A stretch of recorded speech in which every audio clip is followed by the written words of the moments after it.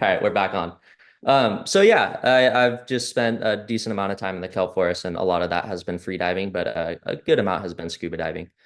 Um, as a kid, I just loved the tide pools. It was so fun to like go out. That was like my number one thing to do. Is like a lot of kids had books, but I had the little like laminated tide pool ID cards, and I'd like run out there and like go try to like find as many species as I can. And like it was so cool if I found like a big rock crab that like made the day, or like a sunflower star or whatever, going out to like Pillar Point, Moss Beach, Fitzgerald Marine Reserve, even Pacifica at low tide, like off Pedro Point. It was just like that's like what I lived for as a kid, or like going to the aquarium.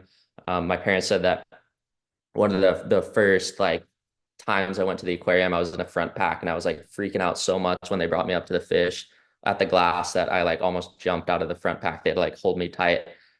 So I guess like before I can even remember, I've always been like drawn to underwater and nature itself. And starting surfing, here's a photo. I don't have many like childhood photos of me, but I was able to dig up one. So there's me kind of having my first experience actually in the ocean rather than in the tide pools. I think I was like 7 or 8 years old there. Um, and let's see what the next slide is. So yeah, a lifetime of surfing from like 7 or 8 for about 10 years all the way to like 17. And once I was 17, I actually started diving. What kind of got me out there was the abalone fishery up in Sonoma and Mendocino. I looked up to a lot of people locally in town in Pacifica, and a lot of them were old-time abalone divers.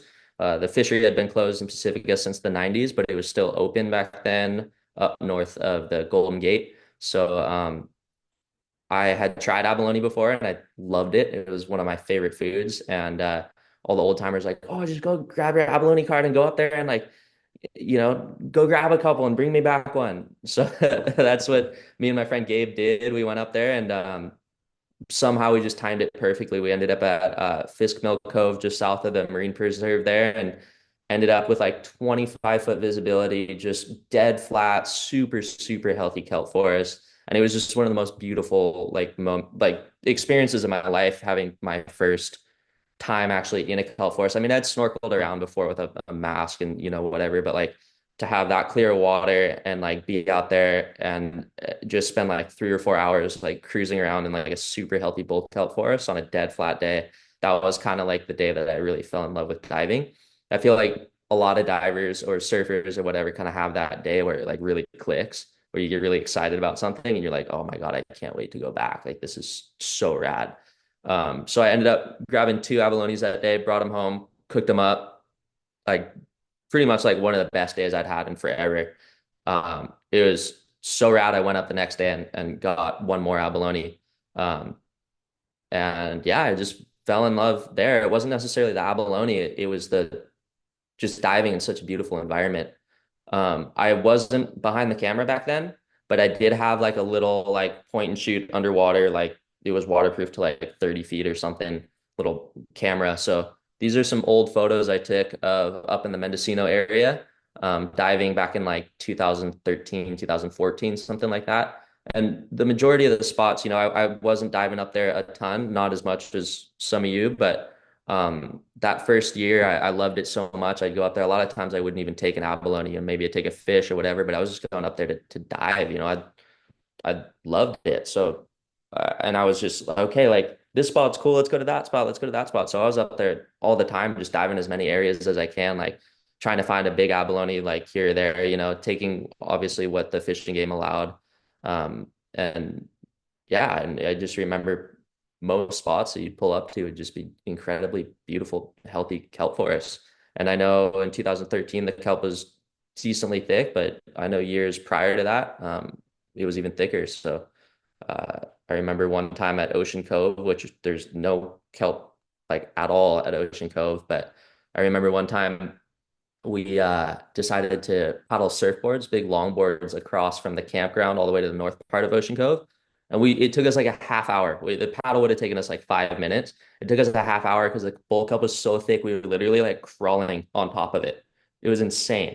Like the surfboard fins, they were only like this big, but they were just like stuck on everything. It was like a nuisance. Like we were always like late season, you get that cloudy, like kelp murk kind of under the kelp where the water is like almost a little bit stagnant and the it was just so thick it was almost hard to swim through, even the bull kelp, you know. So back then it was kind of a nuisance, you know, it was kind of a bummer when the kelp would get so thick in certain areas that you like couldn't, it made the water all dark. It was hard to swim around, especially if you had like a abalone diving float on the surface. It's just getting hung up all over the place, you know. Um, so here's a photo I sourced from I think it was the CDFW website. Um, I'm sure many of you have seen that's a very uh, was a very familiar site up on the northern coastline. I believe that's Salt Point in Sonoma there. Um, actually kind of near the Ocean Cove area. Um, so I remember like kind of a year into my diving, I started seeing, especially off like Pedro Point and up north in Sonoma County, there was obviously just melted sea stars everywhere, but I had no idea what was going on. You know, I'd just be like, why are all these like arms and legs and everything just all over the place? Um, but I didn't think much of it. You know, I'm sure the scientists were on it and they were freaking out at that point, like trying to figure out what's going on. Um, but that was just kind of my experience. Unfortunately, I didn't really care. It was I didn't know how important the starfish were, and obviously it's a very important issue. But at the time, I was just like, oh no, like that sucks. Like maybe something happened. I don't know.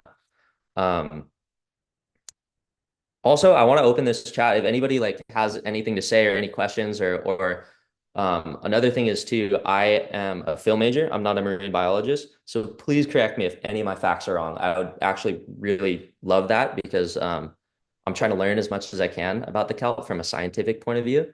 I kind of approach it from more of an artistic point of view. So please feel free to butt in and correct me if I'm wrong or if you have any questions during the presentation, just interrupt me. It's all good.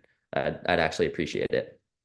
So yeah, here's a photo of the sea star wasting syndrome right there. And does anybody, is there a definitive, it doesn't sound like there is yet, but has there been a definitive cause?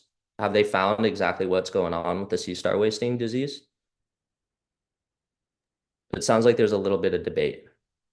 Marco, this is Tristan. You're Interesting. so right. Yeah, there has been quite a bit of debate, but actually, there's a paper coming out where the causative agent has been identified. So Really? there should be a paper coming out within the next few months that I'll be sure to circulate. I'm sure others will circulate it too, but exciting news. But yeah, Yeah, causative agent. that's super exciting. Hopefully, yeah, by identifying the cause, they're able to work backwards and hopefully rule that out, especially with the sunflower star introduction that may be happening soon. So cool. Thank you for that. I appreciate that. Um, cool. So part of my experience and drive to dive so much right off the bat was in Pacifica. I looked up to these old school diver surfer guys, and one of the things to prove yourself is like, oh, you know, I'd come back and I'd like drop off an abalone at the boat docks or something, you know, like here you go, like here, like this little thing, are you kidding me? You know, kind of being hard asses on me, like you got to get one of these, and they'd like point to the wall, and there'd be like 10-inch abalone, like really large ones up on the wall, and I'd be like, well, I'm trying, like I don't know, I only like take one or two every time I go up there, and so a lot of the times I just ended up not taking anything, so that was it kind of turned into this crazy treasure hunt where within a couple years of starting like abalone diving and actually like getting well versed in free diving, I took like free dive training classes and whatnot, and I was spear fishing a little bit, but it kind of became this treasure hunt for the world record. We never got it. My dive buddy did pull one that was the world's second largest abalone, which was really cool to see. I was right there on the boat, and I had pulled an 11-inch abalone that day, and I put it next to the 12 that he had pulled, and I was like, it made mine look small. It was wild. But anyways, yeah, I was just out of high school. I was cleaning boat hulls in the San Francisco Bay, and diving on my days off and surfing. And I just was like, smelled like neoprene and piss like 100% of the time. It was unbelievable. I don't, like I was literally in a wetsuit like all day every day. It was horrible. Um, Yeah, I don't know. Those were interesting days. I don't know how I had like a girlfriend at the time. I don't know how she dealt with that. But anyways, yeah, so I like kind of like literally just dove headfirst into the diving thing. I loved it. I loved being underwater. It was like the coolest thing ever. And coming from a surfing background, it like helped a lot. Because in surfing, obviously most of the time you're underwater, you're just getting completely throttled, and it's not nearly as fun of an experience being underwater surfing as it is diving. So because we were trying to find the world record, I ended up pretty much the boat hull cleaning paid really well. So I had a little bit of money in my pocket. I just spent as much time as I could up on the northern coast of California, whether it was Marin, Sonoma, Mendocino, Humboldt, Del Norte, the whole deal. I was driving up there all the time. A lot of the times I'd do these dive trips and not come back with a single abalone because at that time you were only allowed 24 a year. And then I think it changed to 19 and then 12. So I wasn't up there to like take and take and take. I was up there to explore and try to find this world record. So in that aspect, I was just going to like the most random like maybe a little trespassy, maybe a little like drop your kayak down the cliff with ropes and then like, scale down the cliff with the rope and hope it's still there when you get back. Like hiking in miles like through herds of elk, buying a little crappy inflatable with like a 1980s like 10 horsepower motor and like putting up down the coast, like just hoping that it doesn't break on you. It was just like a couple of 19-year-olds on a boat, just on an adventure. It was super fun, but in that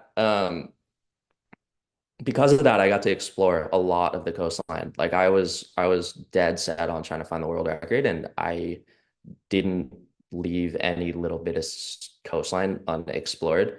Whether it was scouting it with binoculars through, from the cliff above, obviously I didn't get to dive everywhere, but I dove as many areas as I could. And especially on the boat days, we traveled a lot up and down the coast, like hop in, dive for like 20 minutes, see if there's anything there, hop out, go, putt a few hundred quarter mile, whatever, down the coast and just keep doing that. So those were kind of my days of the exploring the North Coast. And it was such a special, beautiful place for me, and obviously for a lot of other people too. There were some other people doing the same thing, and there were the commercial urchin divers, commercial fishermen. I mean, just the northern coast of California is so special to so many people, and I was really lucky to be able to be a little part of that. And then I realized that I should probably learn some stuff after getting out of high school. So I decided to go to school, and I decided to go down to UC Santa Barbara. It was one of the few schools that I actually got into. I actually, like, yeah, they had a program where if you did a couple years at the city college, then you could get into UC Santa Barbara. But anyways, I went down to Santa Barbara, which was super different. I showed up, I had three hooded 5 millimeter surf wetsuits, a 7 millimeter dive suit, and a 9 millimeter dive suit. And when I showed up, it was late 2015 during the El Nino year. So the water was like 70 surface temp. And I dove refugio for like one of my first dives on there. And there was a sea turtle that swam by. And I'm going like, oh my God, this is so much different from like Northern and Central California where I grew up. Like all my wetsuits were like way too thick. People were like trunking it. Like I was like so rattled. I didn't know what was going on, but the visibility was a lot better, which was kind of cool. Um, but one of the first things I noticed is there wasn't many fish. There wasn't a lot of game. There wasn't a lot of fish comparatively to a really healthy bull kelp forest in Northern California where you're seeing like multiple lingcod, like maybe giant Pacific octopus, like schools and schools of rockfish. A lot of the areas, especially in Santa Barbara, there's very few large patches of reef, especially compared to the Channel Islands.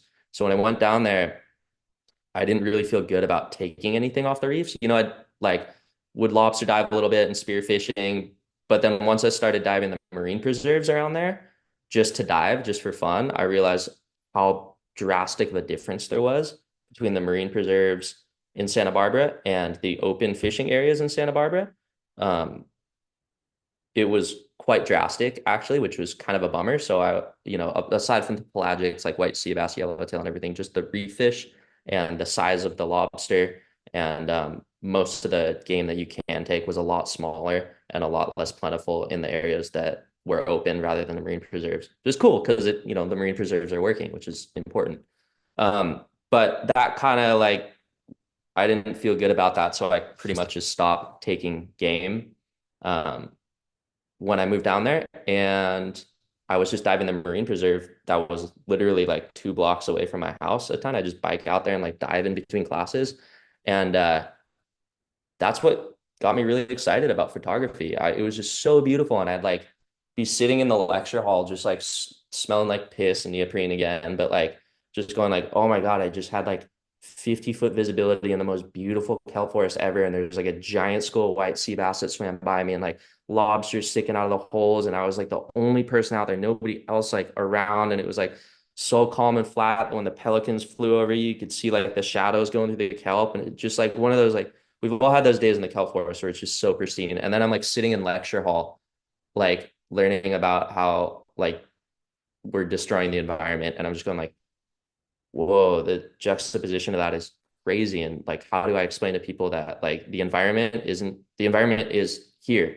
Like it's literally right there, because especially in Santa Barbara, it's like where I was living in Isla Vista, it's like this crazy party town, and all the college, I mean, the environment's like the last thing you're thinking about in Isla Vista, but having a crazy beautiful marine preserve in kelp forest right there is something that not many people get to see. So that kind of inspired me to ditch the GoPro that I'd use every now and then, like slip in my wetsuit and actually uh get a camera, which was exciting, really difficult at first. I took like a bajillion terrible photos, but every now and then I'd like point it in the right direction and press the shutter and um, end up getting a halfway decent photo. So I fell in love with that right when I moved to college, and I filmed or I changed my major from marine biology to a film major, which marine biology was I'm terrible at math and biology, so that was probably a good uh, choice on my part, anyways. But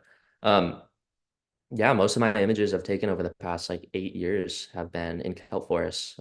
So I figured I'd share some of my favorite kelp forest imagery. I think that's the next slide. Yeah, this is one of the first photos I took, like with my proper DSLR camera in a housing. Not one of the first, but I probably snapped off like 2,000 photos that day, but like one of the first legitimate photo shoots that I've had. Um, and it was a day in Garrapatta in Northern Big Sur, a little bit overcast. And one of those days in the spring, it was actually Easter. Um, the water must have been like 48 surface temperature. It was so cold. It was unbelievable. But that little area in Garrapatta now is just completely urchin barren, which is kind of a bummer, but it's cool to have documented what it used to look like. I don't know if you know Sobranes Point. There's a little cove to the south that's kind of protected from the northwest wind swell. And there's always a bunch of otters hanging out in there. That used to have a pretty healthy thick kelp bed, but the majority of it is urchin barren now. I just had this seal swimming around with me forever. It's kind of funny. That's like a lot of people, that's their favorite image I've ever taken. And it's one of the first ones I've ever taken. And like, I didn't know what I was doing. I was just swimming around like with a camera, like pointing it at everything and pressing the shutter. And like now I like am going like so deep or like going this, and I have all the shit with the strobes and all the crazy stuff on my camera. And like people are like, oh, but what about that one photo that I like put zero effort into? And like it just somehow like was really cool seeing in front of me. So it's kind of funny. That's a favorite, but one of the first. Um, Here's classic Nereocystis and Macrocystis. The left is a Channel Islands photo. I lit it with looking down with one strobe above, one strobe below, so it looks like it's taken at night. But I just uh, I just turned the strobes up all the way and underexposed and got that image. And then to the right is kind of a cool. You got the giant kelp canopy with the bull kelp below. That's a classic like Big Sur. That was actually over at Jade Cove. That kelp bed is kind of having a difficult time right now too. So that's a cool image taken like I think 3 or 4 years ago. That kelp bed is not doing that well right now. Here's a classic Central California monastery photo. That place is amazingly beautiful. And when you get in like probably like 9, 10 a.m. lighting, it starts to shine through the kelp like that. And yeah, I think we all know that feeling just sitting there, usually cold, but just trying to absorb the beauty. Um, Here's a couple. other images. This one's I took in Big Sur. Keith, you were on that trip, I think. In Big Sur, this is over Central Big Sur. We were doing the kelp monitoring with Reef Check. I was lucky enough to be able to go on that trip with a bunch of amazing people, scientists.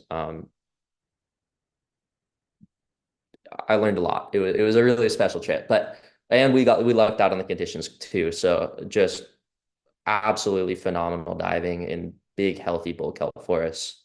And then on the right, you have the another classic monastery photo, um, classic blue rockfish and sun shining through. Another one behind a wash rock, bull kelp growing underneath another little giant kelp canopy there. Here's kind of a portrait. Um, This one was kind of one of those lucky photos where the kelp is kind of positioned just right, and I just like tapped it with the top of my strobe for light. But I don't know, it's one of my favorite kelp images because it kind of personifies the kelp. It looks like a woman with the hair back and everything. It's kind of cool. It makes it a little more personable.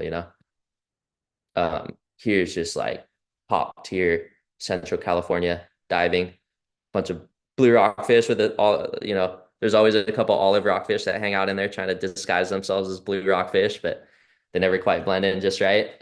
That's like North Monastery, just absolutely beautiful. And the kelp is really what makes it, the sun shining through and everything.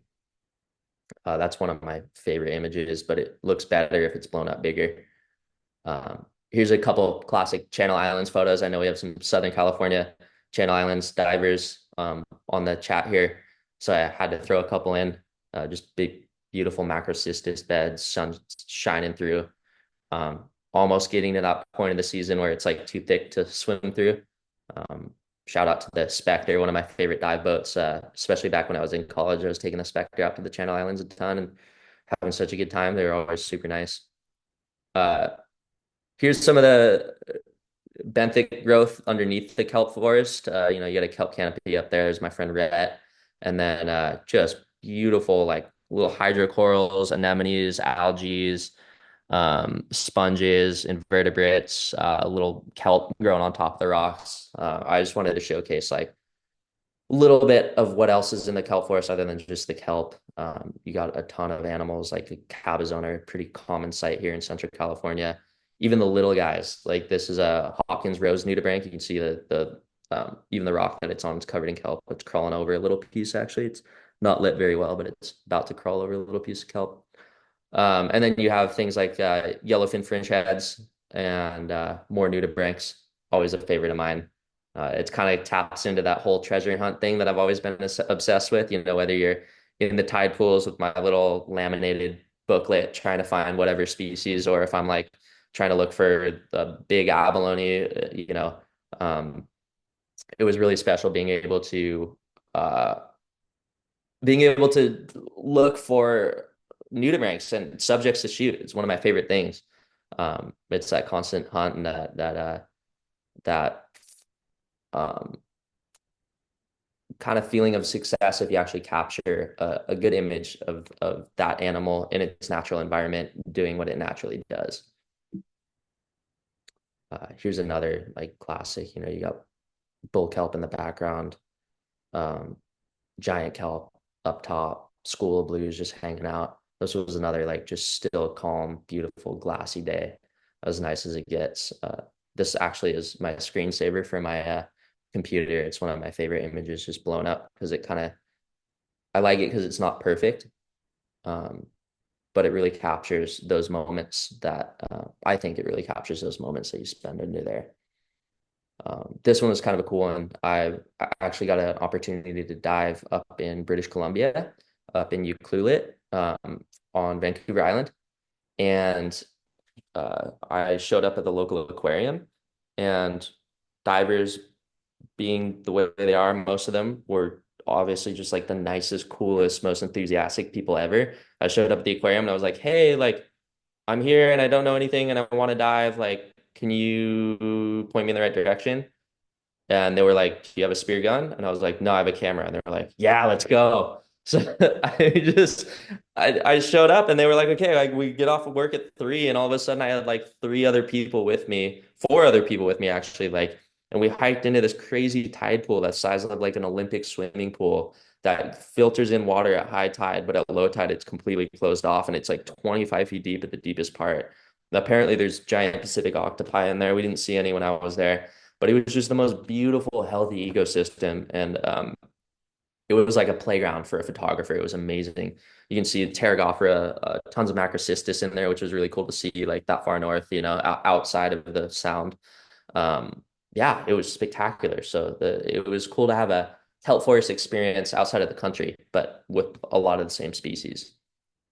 Here's another from the big surf trip that I took with Reef Check. We were diving reefs off of a boat, so a lot of reefs that I don't normally get to dive, mainly because I don't want to trudge down the cliff with my camera gear and my scuba tanks and the whole deal. So that was really spectacular. Just another bull kelp portrait. This was another one of my favorite photos. Um, so yeah, essentially falling in love with free diving and falling in love with the photography, especially since I was doing most of my photography for the longest time, just free diving. It kind of helped me become a little bit more of a well-rounded waterman. With the diving aspect, it really helped me become go transition from just a kid who liked to surf to having a greater appreciation for all aspects of the ocean, which is really cool because now, like when I'm sitting on a surfboard above the water, I kind of understand what's going on beneath me, which is something that's really special to me. And yeah, so I incorporated a couple photos of like me not just surfing little waves anymore and doing some free diving training and everything. Um, and I was going to college in UC Santa Barbara, but going up to the Northern California coastline, which I was still going up there, even after 2017, after the abalone fishery shut down, I would still go up there just to dive, just to experience it. And it became depressing. A lot of our favorite dive sites were turned into urchin barrens. Actually, Vinny, who's on the chat, and my friend Kyle and Gabe had a pretty crazy experience in 2016. Our friend, we were diving an area that used to be a really, really, really healthy kelp bed in Sonoma that had turned completely to urchin barren, and there was no coverage, no protection, and our friend Gabe almost got attacked by a shark. The thing charged him from underneath and turned last second because it realized that he wasn't a SEAL. Thank gosh the viz was good. I think it would have turned out different if the visibility was bad. But yeah, things were changing, and it made me kind of realize that, whoa, like maybe some of these kelp photos that I was taking were actually more important than I thought they were. Even just the early GoPro videos that I took of some of my favorite reefs up there that had just been completely decimated. They used to be so full of fish and abalone and invertebrates and kelp and everything. It's so colorful, so beautiful. Now are just kind of like concrete looking rocks and urchin. At first, the sport diver in me didn't really want to see what was happening, but by 2017, 18, I was like, all right, the scientists are right. Like, it's good that as reluctant as I was like, all right, it's good that they're shutting down the abalone fishery, and it's yeah, really, really sad to see all these places kind of disappear up there. Yeah, I don't know who else is on the chat. I kind of already touched on this, but I just want to say I'm going to kind of touch on what's going on up on the Northern California coast because that was an area, as I explained, that was really special to me and still is. I spent a lot of time up there for a good handful of years, and uh, not as much as some, but I really cherish the times up there. And then seeing all that kind of disappear right when I was getting a good taste of it was really sad. So I'm going to kind of talk about that. But I am not a marine biologist. I am a photographer and artist, I guess you could call me. So please, again, if I get any of this information wrong, feel free to correct me or butt in if you have any comments or questions. But I've been lucky enough to talk to a lot of really, really knowledgeable people, and I try to absorb as much information as I can. So I just wanted to kind of share. I'm kind of preaching to the choir here. Most of you already know exactly what's happened here, but I just wanted to incorporate this into the film. Um, So yeah, from 2015 on, each time I visited the Northern California coastline, there was noticeably less kelp. And I was kind of in denial at first. It's like, oh, I was looking it up and like, oh, the it is cyclical changes. There's good years of kelp and bad years of kelp. But yeah, by 2016, 17, it was just kind of evident that like, whoa, like, all right, most of the areas that were super healthy just a handful of years ago are completely gone now. And I don't think that's normal. And what the scientists are saying, and they have the best info, is probably right. Um, Other areas too, like in Monterey, we're experiencing severe kelp loss, which is a bummer. Um, and then I'll talk a little more about the kelp restoration there later. Here's some footage that I've taken of the healthy kelp forest up there and transition to urchin barrens. Is that planned for everybody? Yeah. Yeah, cool.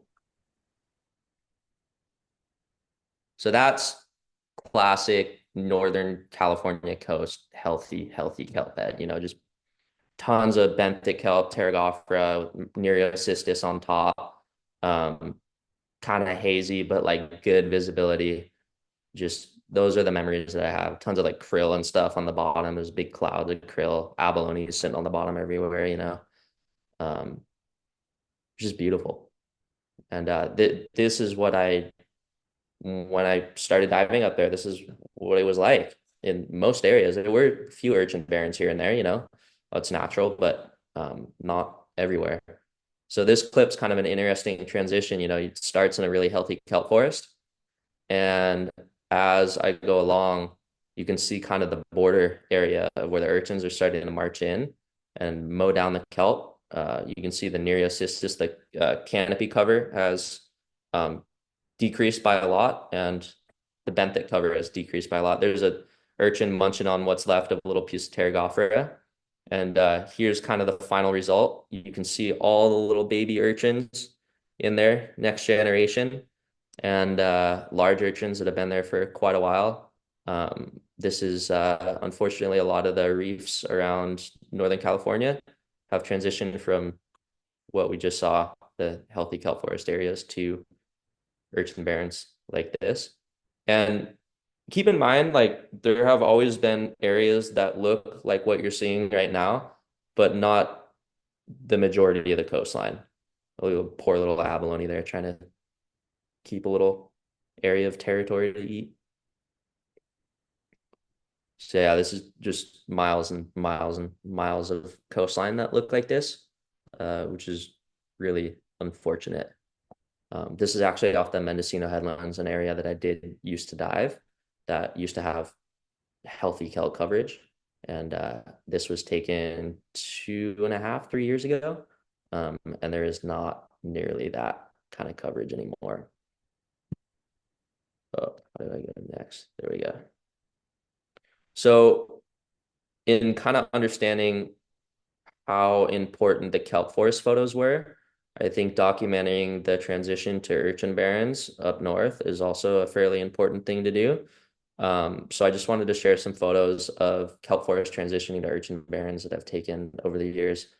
This was up in Humboldt County. They're having issues up there as well.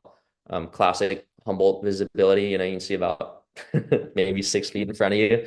You got to get all close to the subject if you're trying to photograph it. But I brought my camera up there recently and got some photos and a lot of video of the kelp forest up there, or what's left of them. Um, there's my friend Steve up there, just diving, trying to find any little bit of kelp.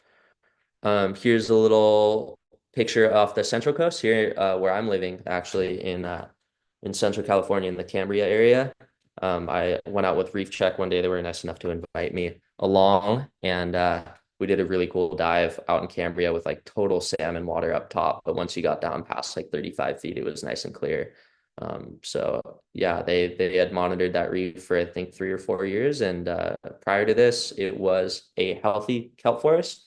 But the year that I went, it was starting to get mowed down by purple sea urchins, which is fairly unfortunate. There's an abalone literally like crawling its way across urchins. to try to get somewhere a little bit more safe. Abalones, if they bleed, they cannot stop. So essentially, if they get pricked enough, they will just bleed out and die, which it does not look like a good situation for that abalone, especially since they do compete with the urchins for kelp. Abalones eat kelp, urchins eat kelp. There's a lot more urchins than abalones, and this abalone is probably not doing too well. Also, I just realized there's a fishing line in that photo, which is kind of unfortunate too. It's another little human impact at the bottom of that pterogophora. There's like some fishing line wrapped around it. Bummer. Um, Here's another kind of sad photo. Young red abalone just trying to grow and live with like a bajillion purple urchins around it. I don't know if that one's gonna make it very long. Another just classic. You can see all the little urchin bites out of the pterogophora. Um, and I want to point out, a lot of the scientists have also pointed this out that the purple sea urchins are the ones that are severely overpopulated, but it is not their fault. They aren't evil. They're just animals that they're non-invasive. They're native here, but they're just severely overpopulated. They had the opportunity to do so, and they capitalized on that opportunity. Um, one can argue humans are severely overpopulated and completely ruining the environment as well. So we can't be ones to hate the purple urchins. We just have to figure out how to limit their numbers. Here's another. They in certain areas they go completely intertidal. Some areas where it's really rough in the intertidal zones, the urchins won't be able to hang on during big swells. So you'll see abalones and a little bit of kelp intertidally, which is kind of nice because it's like a safe haven for animals that are just trying to get out of the urchin barrens. But other areas, the urchins go all the way up to the intertidal area, which is pretty sad. That's a reef off Mendocino. This reef was um, severely impacted by purple urchins, especially a lot of the young ones. It was kind of rough to see like little tiny dime-sized ones along, big fist-sized ones. Um, Another photo of the reef. You got some poor rockfish here that are just trying to figure out what to do because they don't have any shelter to grow larger and no kelp to hang out in. It's kind of a bummer. And there's another photo. I was trying to get a little artistic and trying to do a point of view shot. If you were a reef in Northern California, this is what you would be seeing.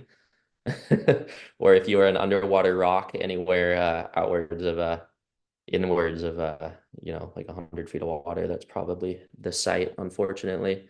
I also scratched my dome port trying to take that shot, which took like took like a couple hours to buff out. It's just kind of a bummer, but I feel like it was worth it. It's kind of an interesting shot. I don't know if that perspective's been done before, mainly because most underwater photographers don't want to do that. Um, Here we go. So yeah, as most of us know, the reason that these kelp forests have declined, it was the perfect storm, as I've heard a lot of people call it. You had the sea star wasting syndrome in 2013-14 that caused the die-off of most species of sea star, including the sunflower sea stars, which pred they're predators for the sea urchins. They eat a lot of the sea urchins, and also the sea urchins, from what I understand, they seem to be able to smell or uh, understand that there's a big sunflower star around and leave, like get out of the area. There was a cool video that I saw a little while back of a sunflower star on the bottom, and the urchins are literally scattering, like trying to get away from it. So without the sunflower stars, which are quite numerous, the urchins didn't have very many natural predators. Speaking of natural predators, the sea otters were gone. They were hunted to extinction. We had a big fur trade, mostly Russian fur trade, kind of come down all the way to Fort Ross and Sonoma. So in California on the northern coastline there, the otters were all but gone. Central California, they were almost hunted to extinction as well, but they were in recent years there were better numbers, but they never quite came back in Sonoma, Mendocino, Humboldt, and Del Norte. So without any real natural predators that actually target the purple sea urchins. The purple sea urchin population exploded, and by 2017, Northern California had lost over 90% of its kelp forests. which is incredibly sad. And actually driving around up there quite a bit. I remember I did a trip to Southern Oregon with a friend, and we took the coastal route and drove as much coast as we could in late 2017. September, I think it was. But by September, most of the kelp forests are like really healthy and thick, and there was so little kelp that we saw on that whole trip. It was unbelievably depressing. Anyways, uh, I'll kind of skim over this. Kelp's obviously extremely important. It harbors a kelp bed is there's a whole ecosystem in the kelp forest. It harbors hundreds of species of marine life. Some of those include abalone sea urchins, certain sea stars, marine snails, sea slugs, certain species of sea cucumbers, crustaceans.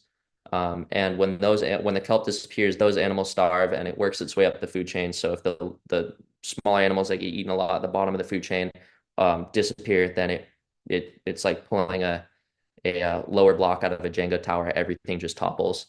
Um, uh, yeah, kelp forests also provide vital shelter for a lot of animals too, young rockfish, crustaceans, and invertebrate. They're also really important carbon sinks. Um, and the lack of the kelp forest up there shut down the abalone fishery in 2017. I'm sure there's a few abalone divers in the chat too that were bummed when that happened. And it definitely affected some of the economies up there. I know a lot of the campgrounds took a hard hit. Abalone season historically opened on April 1st, and the campgrounds were usually pretty full in April and through the summers. That was a huge source of tourism up there for local economies, dive shops, campgrounds, even hotels. A lot of the boat launches and harbors get a lot of abalone divers as well.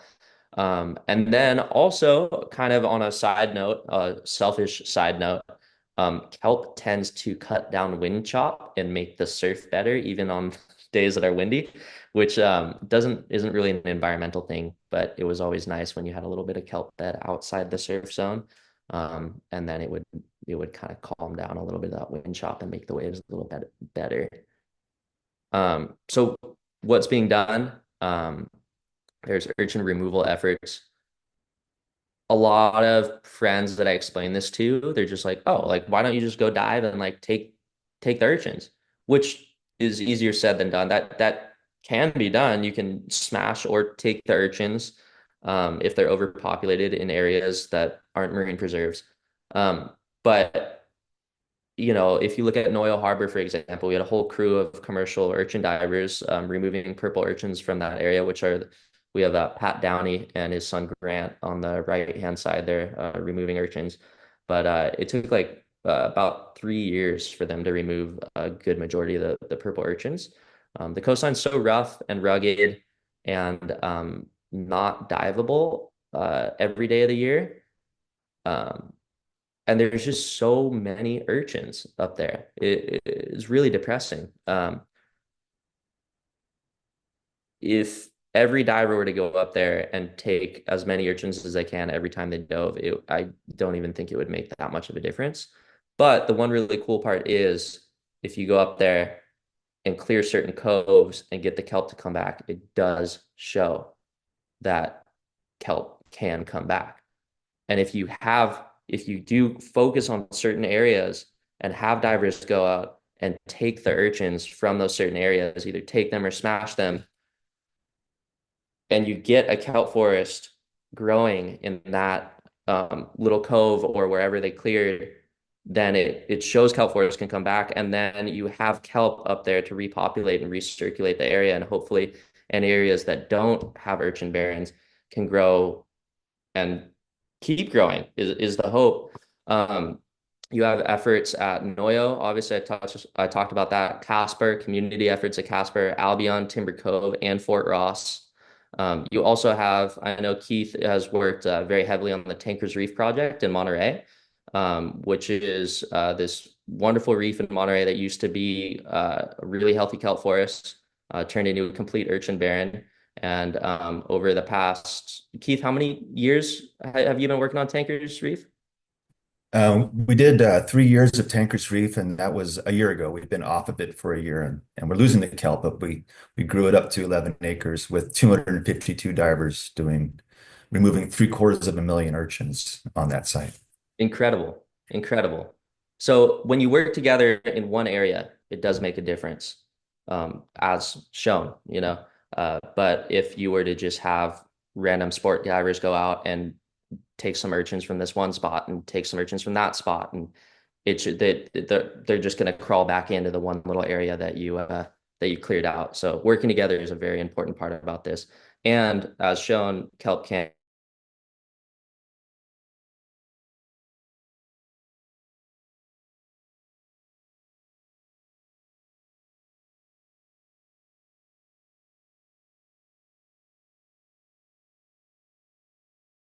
be really special. Sorry. Here we go. They're also doing urchin trapping, um, which I don't think I have a photo there now. The urchin trapping, they just have a trap with some drift kelp on it, and the urchins march in to eat the drift kelp. You pull the trap up and take the urchins off of it, which is kind of cool because it keeps the urchins alive rather than smashing them. So you can do things like farming the urchins, taking them, putting them in tanks, feeding them so that their roe becomes healthy again, and then selling them commercially, which is another great way to actually profit off of the urchins that are being taken. Um, there is plans with the Sunflower Star Lab to they're actually growing. Actually, I think they're doing it in Long Beach, in Monterey, Moss Landing, and then they've done this successfully at the Friday Harbors Lab in Washington, where they grow sunflower stars and are hopefully going to reintroduce them in the wild. I know Friday Harbor has already reintroduced a few to the wild. Correct me if I'm wrong. And they have been there and survived, which is really incredible. And hopefully we'll be able to follow suit here in California. But so far, successfully, we are actually growing them in tanks, which is pretty incredible. Also, people talk, this is kind of a controversial topic from what I understand, but people talk about possible sea otter reintroduction on the North Coast. From what I understand, the sea otters do not really enjoy eating empty purple sea urchins, and a lot of the purple sea urchins up on the North Coast are empty. They don't have healthy roe because they've eaten all the kelp and they're starving. However, the areas like in the video that I showed where the urchins are marching in on a kelp forest, those urchins are healthy because they're actively eating all the kelp.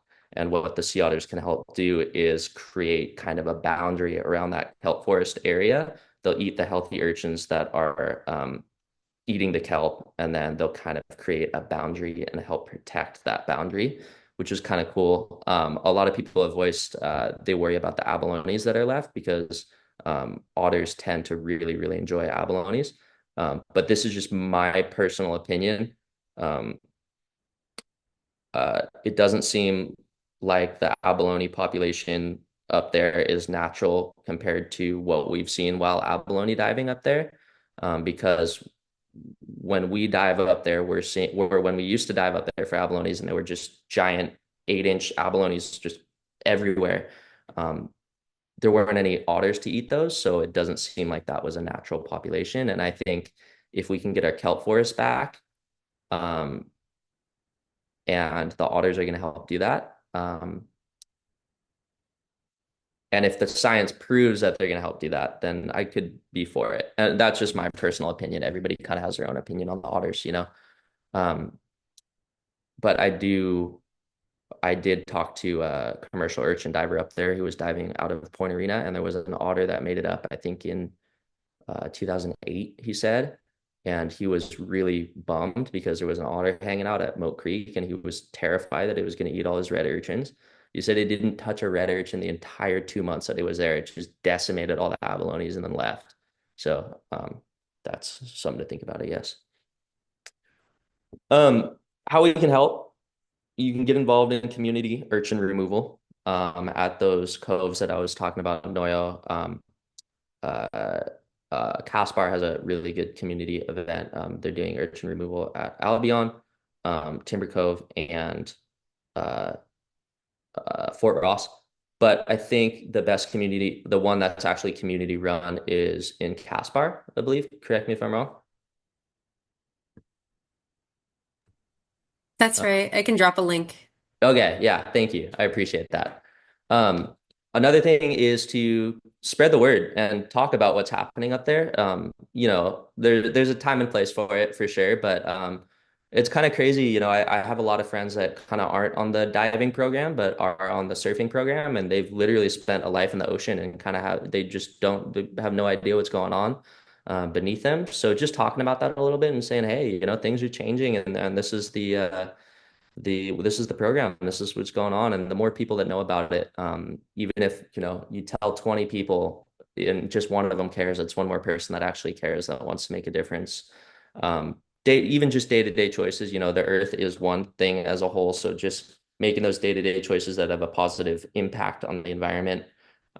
If you're not an ocean person and don't like the water, you can donate to organizations that are doing the work.